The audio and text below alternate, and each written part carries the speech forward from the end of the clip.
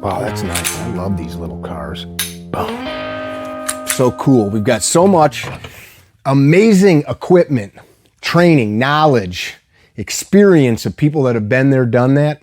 But the sad thing is, till we find ourselves in some bad situation, we never are going to know how we're going to react. Have you ever heard that? You ever thought that? Has somebody told you that maybe was well-intentioned? I'm Mickey with CarryTrainer, and we are going to talk about that lie today. It's the 9th of May, 2026, and in the last few days, we've been sharing on our social media a video of a criminally insane guy who was arrested like 50 times in the Chicago area doing nuts stuff like in the video. And in the video, he's got a hammer in each hand and he's on a public train and he's telling the other people on the train, "I'm going to kill you." And if you look at the other passengers, many of them are looking at their phone, just don't want to make eye contact with this guy. And I asked some questions. First of all, I don't believe that I'm the arbiter of all that's true or just. I'm just having a conversation with this. And I'm saying, what would you have done? What do you think is the right thing to do, knowing what you knew based on the limited amount of information? And that's important because in a bad situation, we only have the information that's available to us. That's a very important thing. We don't have the luxury of sitting and pushing rewind and slow-mo. All we get's what's right here, right now. One of the commenters said something I've heard often. You'll never know what you're going to do or how it's going to go or how you're going to react till you find yourself in the moment. That is true as well as a total lie. It's true if you decide for it to be true. It's true if you program yourself to believe it. Now, some of you are like, that's BS, man.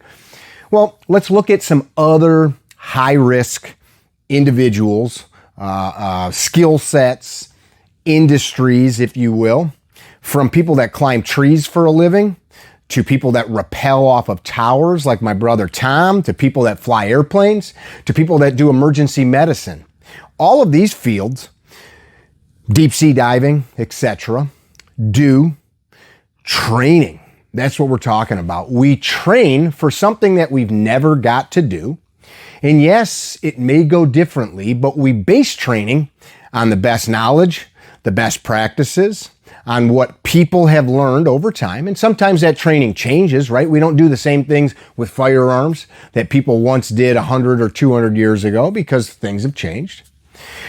But training, coupled with the mindset that if this thing ever happens, whatever it is, imagine CPR on a loved one, having to clear a choking airway on an infant. If you told yourself, man, if this ever happens to my baby, I just don't know how it's going to go, versus I've trained myself, I've thought about it, I've practiced, I in that moment will be calm, cool, collected, and I'll do what I need to do to save my kid. Which is better? Now, some of you might be listening and you say you could do all that and you still don't know how it goes. And this is where faith in ourselves, faith in our training, faith in understanding best practices. A perfect example is all of you that have flown in an airplane, didn't crash and die, right? Now, some of you may have been in a bad situation in an airplane, but you didn't crash and die. And based on years of aviation and bad things happening, we've got checklists and systems and processes that pilots, mechanics, maintenance crews, flight attendants, everybody involved has worked on to create a pretty good outcome for all of us. I've had bad times on airplanes, right? Stinky feet, bumpy rides, uncomfortable seats, no Wi-Fi, terrible, except I've never crashed and died in an airplane. These pilots learn how to deal with bad situations. And even the worst flight experience you've had, being delayed, you went to the edge of space, almost to the speed of sound. Probably watched a movie on your phone, read a magazine, ate a snack, took a leak, and you got back to planet Earth safe and sound because of systems and processes. If every pilot that ever had a bad day trained themselves, I never really know how it's going to go, instead of, if this happens, I will do A, B, C, and D in the order I was trained to get the outcome that we need to get my passengers back to the ground. If people didn't do that, we'd have a lot more crashes. If people instilled in themselves this idea that if this violent thing happens, I won't be in control. I won't be in control of myself, of my emotions, of the skills that I've trained myself. There's a lot of caveats here. Have I learned best practices? Have I trained the best practices to a point that I can execute them on demand? Our friend Super Dave Harrington called these things hard skills. There's a bunch of guys in this space that are kind of reinvigorating what dudes 30 years ago talked about constantly, which is cool. Information ebbs and flows, just like tools ebb and flow, right? Little things like this are cool again. Stuff like this,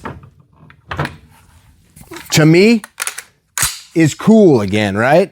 Although for most people, an AR is where it's at. The information, the tools do ebb and flow, but there are best practices that if we put in a little bit of work, it's not that hard now to figure out what that is and then couple the training, the hard skills, the chest compressions, the wound packing, the going through the checklist if a bird strikes your engine in the airplane.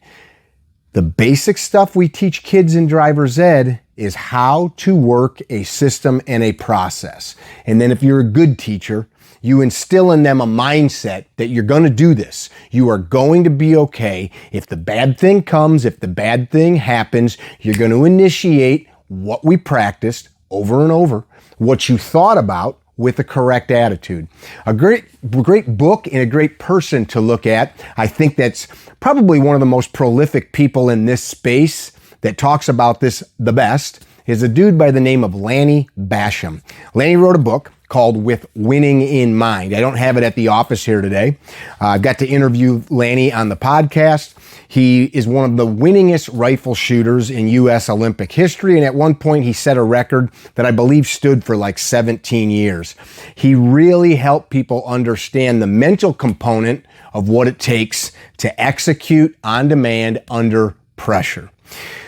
I hope the video helps you take ownership of the fact that your safety, your family's safety, your ability to prevail, not just in violence, but in calamity, right? We see things constantly where a dad drowns trying to save his kid. And Mother Nature gets a say-so. The other guy gets a say-so. You can be a badass. You can have done all the things, right? And still lose. That's okay.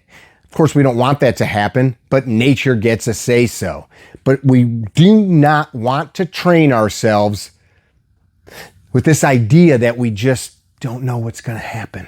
I know what's going to happen. I've worked my butt off. I've been to the jiu-jitsu gym. I've been on the road work, sprinting, keeping my cardio up. I've been to the range. I've been to the medical training. I've thought about it. I've prepped my gear. I've prepped my mind. I've prepped my heart, right? There's more to it than just leaving it to chance and happenstance. I hope this makes sense to you. I would love to see you guys at the range. We've got classes coming up in Ohio. We're going to be doing some long range stuff with carbines out to 1,000 yards and maybe longer. We've got Tennessee, the S12 event, and another rifle class coming up down there. We've got pistol classes and rifle classes in Pennsylvania, New York, and a couple other places in between, Washington State as well, out by Seattle. Hope to see you guys at one of them gigs. If you guys need anything, email us at training@CarryTrainer.com. As always, Ignis Lux Coffee, some of the best coffee on planet Earth. We roast right here for you guys. Check that stuff out. And check out the good friends that I've got plastered up behind me. I've been trying to talk about them from time to time. What do you guys think of the new gunroom wall? Kind of digging on it. This is from our friends at securitgunstorage.com. Lots of modularity. Just started kind of get the stuff how I want it. Love to hear what you think of it. See you soon. Be well. Don't be dickheads.